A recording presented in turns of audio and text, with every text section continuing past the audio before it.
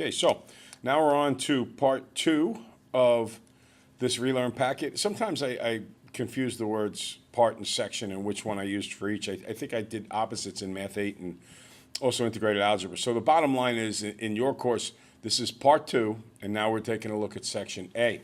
And in this section, we get into really a lot of mathematical vocabulary applied to particular questions, and then one function theory.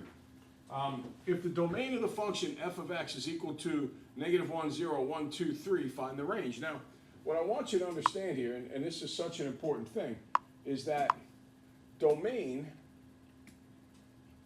is the set of all the inputs. It's all the inputs. It's not just any one input, it's all of them. And range is the set of all the outputs. So when we took a look at this question here, and it says, if the domain is that, find the range, what I want to do is just input each of these things one step at a time and see what I get for output. Now, as far as f of x goes, these were originally the ones from the test, which we just did. So I think it said f of x equals 3x minus 4. Whichever part you're doing, you could just use that function, and then for this part, and then each time just change it a little bit, write your own function in there. So I'm going to get 3 times -1 minus 4. That's going to be -3 minus 4 is -7. So that's this one. Now I'm going to go to 0. That's 3 times 0 minus 4. That's 0 minus 4, which is -4. Then I'm going to go to 1. That's 3 times 1 minus 4. That would be 3 minus 4, which is -1. You see the pattern now. We're going up by 3's. Then we're going to do 3 times 2 minus 4, which is 6 minus 4, which is 2. And last, we're going to do 3 times 3 minus 4, which is 9 minus 4, which is 5. So when you list this answer, it should say -7, -4, -1, 2, 5. Remember, the range is the set, this is the set, of all the outputs. Okay? All right, so that's number 6. I think we did really well with this. I don't think we had a problem on the test, so that should be pretty easy. Now, number 7 is a question that just about everybody's getting right, but there's still a couple of people who get a little confused by it. This is an interval from 4 to 7. But as I look at this interval, we have to be a little bit aware, because one of them, you're not allowed to equal the endpoint of the interval, and the other one you are. And that's the differences in notation. If you use a parenthesis, that means you're not allowed to equal it. If you use a bracket, you are allowed to equal it. And the way I look at it is this. If you take a look at this bracket, you have a top little line here and a bottom little line here, and together they come out and they make your equal sign. So that's a way that you can remember that a bracket means that you can do an equal sign. So I'm not allowed to equal the 4, I am allowed to equal the 7. That's choice C. See the parenthesis there? I'm not allowed to equal the 4. See the bracket there? I am allowed to equal the 7. And that's exactly what the inequalities state. Okay? Next up. Johnny climbs up to his roof and shoots a water-propelled rocket from a height of 18 feet. The rocket has an upward velocity of 20 feet per second. Write a quadratic equation or function that can be used to determine the height of this rocket at any point. First off, any quadratic function, or any function, always begins with something like y equals, or in this case, h of t equals. And that's for the height at any point in time. H height, t time. Height at any point in time. Now look, there's certain things that are immutable. T squared plus t plus. Our job is really to fill in whatever goes in front of the t squared, whatever goes in front of the t, and whatever goes at the end. Now, the number that's going to go in front of the t squared is always either going to be -16 or -4.9.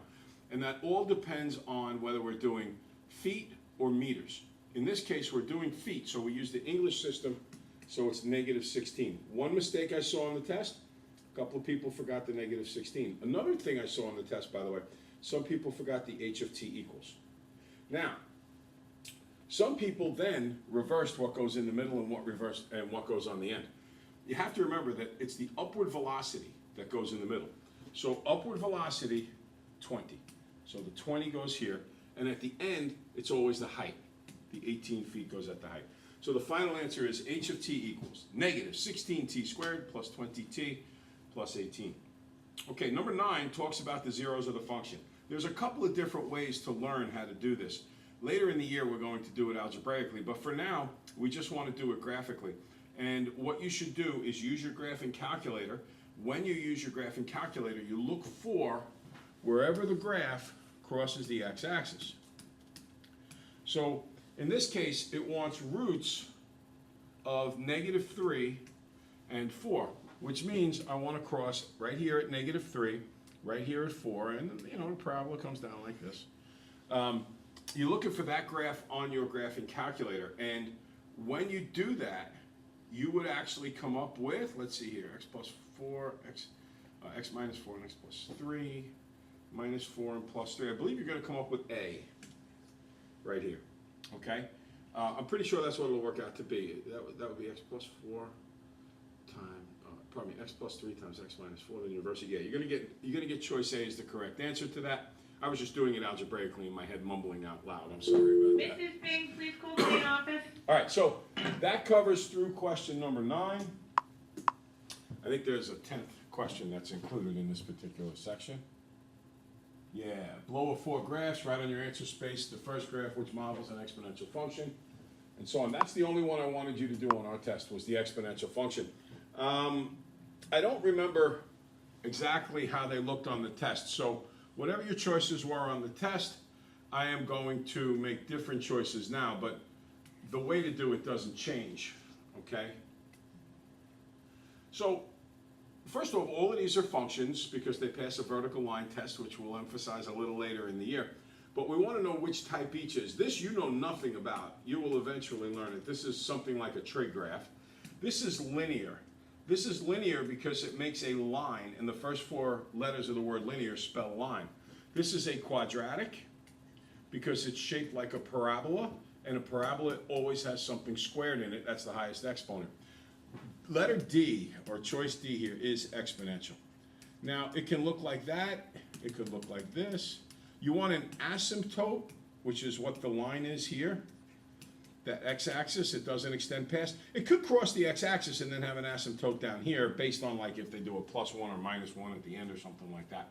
The bottom line is you're looking for something that eventually gets to the point where it won't cross a particular horizontal line, and then it goes up and increases at a great rate. That's your exponential, or what an exponential graph looks like.